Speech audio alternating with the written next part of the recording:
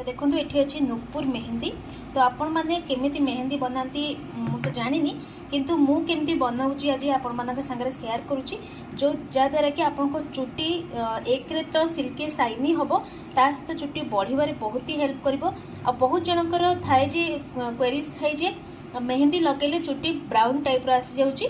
तो जो मन को पसंद नुहे सेमती कलर से जो मन को कला चुटी बहुत ही पसंद तो से माने कौन करंतु एई आज जो प्रकार मु आपण मन को मेहंदीटा बनै कि आपन को देखेबी निहाती भाबे सेटा करंतु देखिबे ता द्वारा आपन को चुटी भी बढ़िबो आपन को पाचिला चुटी भी हबा को दबनी और जो ब्राउन कलर टाइप रो जो आसी जाय चुटी ना सेटा भी हबनी बहुत ही कला हबो। तो ये देखो मु गोटे जगार नहीं जाइए मेहंदी किसी मो हेयर लेंथ को देखिए मु मोर नहीं आपन भी सेमती ही करेंगे। तो मो पाखे लुहा माने जगह बेसी ना तो जो मान पाखे लुहा जगह ना से भी आज भिडियोटी बहुत ही बढ़िया। लुहा जगह नथिले भी आपण माने केमती मेहंदी को गोटे बहुत बढ़िया भाव में बनइबे आज आपन को देखैबी। तो फास्ट मु आपको देखै दोची देखंतु मेहंदी रे पकेया पे एठी मु बसैली चा पानी। तो चा पानी सहित आमे किछि जिंस ऐड करि नबा। तो चा पानी सहित देखो मुझे पकई दूची किसी मेथी ता सहित आम ये मिसेबा 4 ରୁ 5टा मुझे सातटा नहीं लवंग तो जहाँकि आम चुटी को कला कर बहुत ही हेल्प करवा आउ शाइनिंग आनीबारे ना बहुत बढ़िया करवा। आम जो मेथी ऐड करचे ना मेथी द्वारा आप चुटी बहुत ही बढ़िया भाव में बढ़ो। तो या आम बॉयल हाँपाई देवा बॉयल हो सारापर मेहंदी ऐड करवा ता सहित आउ किसी इनग्रेडिएंट्स भी ऐड करी वीडियो को कंटिन्यू देखु था। आपण माने देखिबे जो आमे जो मेथी पकईचे मेथी टिके हल्का बॉयल हो गला परे से टिके फुलीला टाइप रो हिजबो सेते बेले आपण माने बंद कर देबे। तो हमर एबे चापती पानी पूरा रेडी हो जाईची। तो जेहेतु मु मेहंदी टी को बनै के ओवरनाइट रखिबी तो सेथि पई मु एठी गरम गरम ही पकई देबी पानी आ पकई सारी की ताको भलो भाबरे आमे एबे मिक्स करनबा। तो मु मिक्स करि नै सारे तापर आपण माने देखौची आ कोन कोन जिंस एथरा ऐड करबा। तो देखो ये मेहंदीटा को मु भल भाव में गोले नहीं। तो जदि आपण मानू चापती पानी सहित आपको एक्सट्रा पानी दरकार पड़ो तो आप नॉर्मल पानी ये नहीं पारे। तो एटा को मिक्स कर सारा पर चापती पानी चापती और मेथी जो पानी आम नहींचे ताको मिक्स कर सारापर मुझे पकईदेवी 2टी कॉफी। यहाँ ऑप्शनल अच्छी आप चाहिए पकेबे नहले नहीं सेमती किसी ना यहाँ पूरा पूरी ऑप्शनल। कॉफी द्वारा कौन हम ना आपको चुटी रे बहुत बढ़िया शाइन गोटे आसो आ बहुत स्मूथ हो चुटी। ता सहित मुझे नेबी किछि सोरिष तेल आपण माने चाहिए ये नहीं पारे नड़िया तेल। तो मुझे किछि सोरिष तेल नेली तापर याको भल भाव में आम मिक्स करनबा। तो देखो आमर एबे सब किछि इंग्रेडिएंट्स आम एथरे मिक्स करदेले।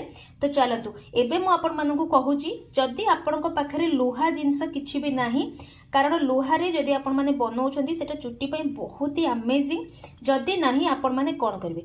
तो देखंतु समस्तक घरे एमती लुहा कंटा थिबो निहाती भाबे आपण जत्ते बेले मेहंदी बनाउछंती एमती 2टी लुहा कंटा पकेकी ता ऊपर मेहंदीटा को रखि दियंतु। आपण देखिबे निजे सकाळ होला बेलकु तार पावर केते बढ़ी जाइथिबो पूरा ब्लैक हो जाइथिबो। मु आपण मानकु निहाती भाबे देखैबी।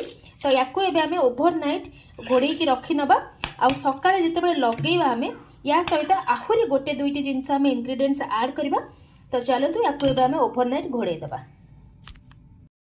तो देखी पारे ओवरनाइट रखी सारा पर आम मेहंदी कलर पूरा केते बढ़िया होइची। आ देखो जमती कि मुझे कही आपन जो लुहा कंटा पकेबे ना आपन लुहा जगार मेहंदी बनले जमती गोटे ब्लैकिश टाइप रो कलर आसी जाए। तो सही टाइप रो देखंतु भितर आपन देखि पारे जो हमर कंटा आम पकेइचे तो कलरटा केते बढ़िया आसी देखंतु देखले ना। तो जो मान पाखे लुहा कड़े ना बा लुहा पात्र किसी ना मेहंदी बनवाई निहाती भाव यही टाइप ट्रिक्स आपणतु देखिए आपण मेहंदी बहुत ही बढ़िया हम। तो देखिपुर तो चलतु एबे फास्ट आम जो लुहा कंटा 2टी पकई आगे बाहर करवा तापर आम ए किसी आउ किसी जिनस ऐड करके आम हेयर माने चुट्टी लगेबा। 2टी जाक मु बाहर कर देछि तापर आम एथरे ऐड करवा किछि दही। तो 2 टीस्पून पाखापाखि मु दही नहीं आपण मान चाहिए आउ टिके अधिका भी नहीं पारे किंतु जेहेतु ठंडा दिन शीत दिन मुझे अल्प दही नहीं। तापर मुझे ऐड करी रोजमेरी एसेंशियल ऑयल जहाँकि चुट्टी पे बहुत ही अमेजिंग। आपण मान पाखे जदि ना निहाती गोटे किणिकी रखु। तो मुझे 8 ରୁ 10 ड्रप पाखापाखि नहीं रोजमेरी एसेंशियल ऑयल कारण मेहंदीर क्वांटिटी देखिकी ही आमको नबाकू पड़ो। तो या भल भाव में आम मिक्स करनबा। तो देखो मेहंदीटा गोले ही सारा बहुत ही बढ़िया हो जाइए। तो यही भाया करके आपण मैंने चुटी लगे ना देखिए आप नॉर्मल जमी मेहंदी कर टाइप करके थोड़े लगे देखूँ जदि बेनिफिट न पाइले मत कहे निहाती भाव आपन चुटी सिल्की साइनी और बहुत ही बढ़िया भाव में बढ़ो आपन चुटी जो पाचिला चुटी होची से समस्या भी दूर हम। तो चलतु एबे चुटी अप्लाई करवा। तो देखो आपड़ एमती ही चुटी अप्लाई करेंगे पूरा भल भाव में चुटी लगे ने स्टार्टिंग रू एंडिंग पूरा भल से भीतर भीतर करके भी लगेबे खाली ऊपर एमती लगे देबेनी। तो एमती लगे सारा पर आपण 2 ରୁ 3 घंटा आपण पाखे जी टाइम अच्छी 1 आवर रू अधिका टिके रखिए जिते भी मेहंदी लगाउछंती रखी सारा पर आपण मैंने शैम्पू करेंगे जदि आपण पाखे नेक्स्ट डे टाइम नहीं ताहले निहाती भाव शैम्पू लगातु किंतु सब बेले माने केमिकल फ्री वाला शैम्पू यूज करूँ ना किसी भी बेनिफिट आप जानीपारे जदि खाली धोउछंती नेक्स्ट डे मॉर्निंग रे आपण सफा करूछन ताले बेनिफिट बहुत बढ़िया पाइबे। टाइम नहीं तो से सेम डे रे आपण धोई पारिबे हल्का उषुम पानी रे चुटी सब सफा करने पे चेष्टा करेंगे।